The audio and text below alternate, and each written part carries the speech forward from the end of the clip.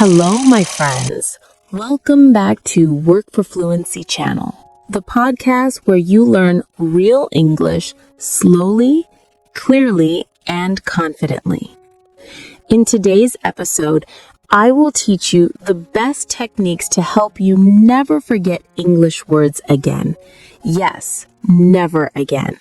We will go step by step. You will hear real examples.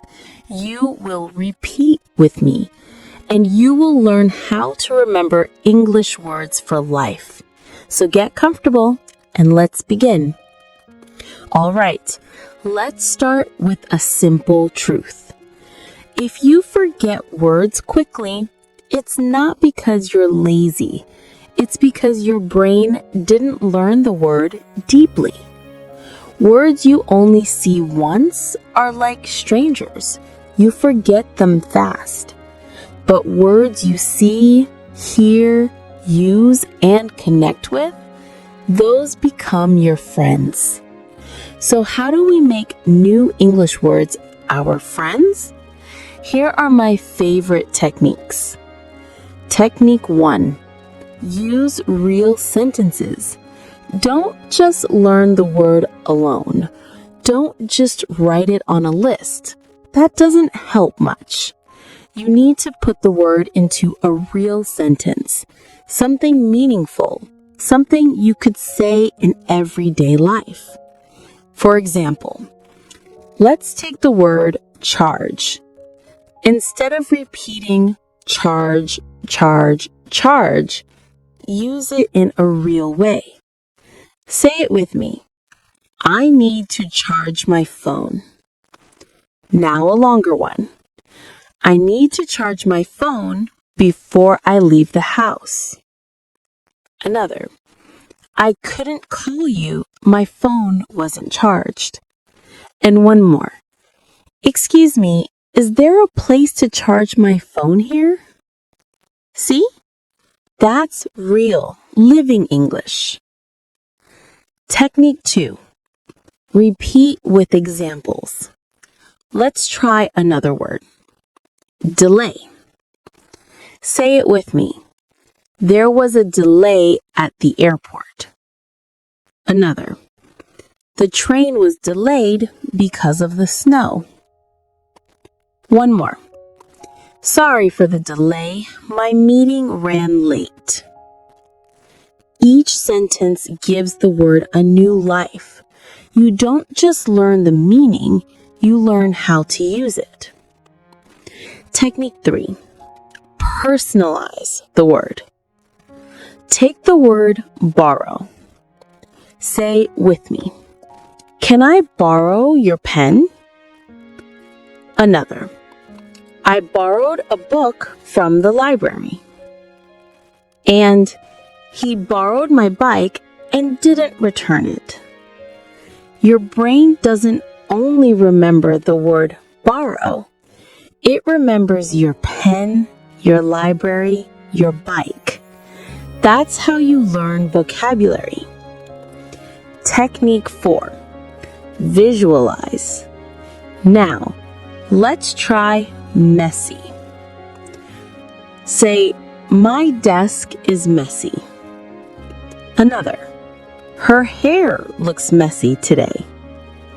And the kitchen was messy after the party. Close your eyes.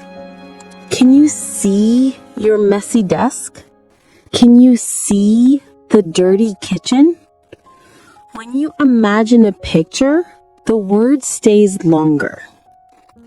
Technique 5. Use it quickly. If you want to remember a new word, use it within 24 hours. Why? Because if you don't, your brain throws it away. So remember, use it or lose it. Say it out loud. Write it in a notebook. Send a text or speak it into your phone. Technique 6. Connect to your feelings. Words stay longer when they are personal. For example, nervous. Say, I felt nervous before my job interview. Now, think of a time you were nervous. Before a test? Before speaking English? Say, I get nervous when I speak in English. That's your sentence. Now the word belongs to you. Another example. Lonely. Say, she felt lonely in the new city. Now, I sometimes feel lonely when no one is around.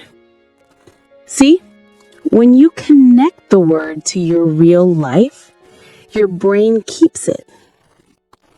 Technique 8. Visual memory. Turn words into pictures or movies in your mind. For example, climb. Say, I want to climb that mountain. Close your eyes. Imagine a mountain. See yourself with a backpack, wearing boots, walking up the path. Say again. We climbed to the top of the hill. Or, the child climbed the tree quickly. You're not just learning the word, you're feeling it, seeing it. That makes it unforgettable. Technique 8. Learn in groups, not in isolation. Don't learn random words, learn connected words. For example, weather words. Say, it's cloudy today. I think it might rain. Say, there is a nice breeze this morning. Say, the storm last night was very loud. Now make a story. It was cloudy, then the breeze stopped. A big storm came, lightning and thunder. Boom! Now the words are connected in your brain like friends holding hands. And that's it for today's episode. You didn't just listen, you practiced, you imagined, you connected words to your life. Remember, learning English is not about memorizing. It's about using words, feeling them, and living with them every day. So, keep listening, keep practicing, and keep believing in yourself. Goodbye for now.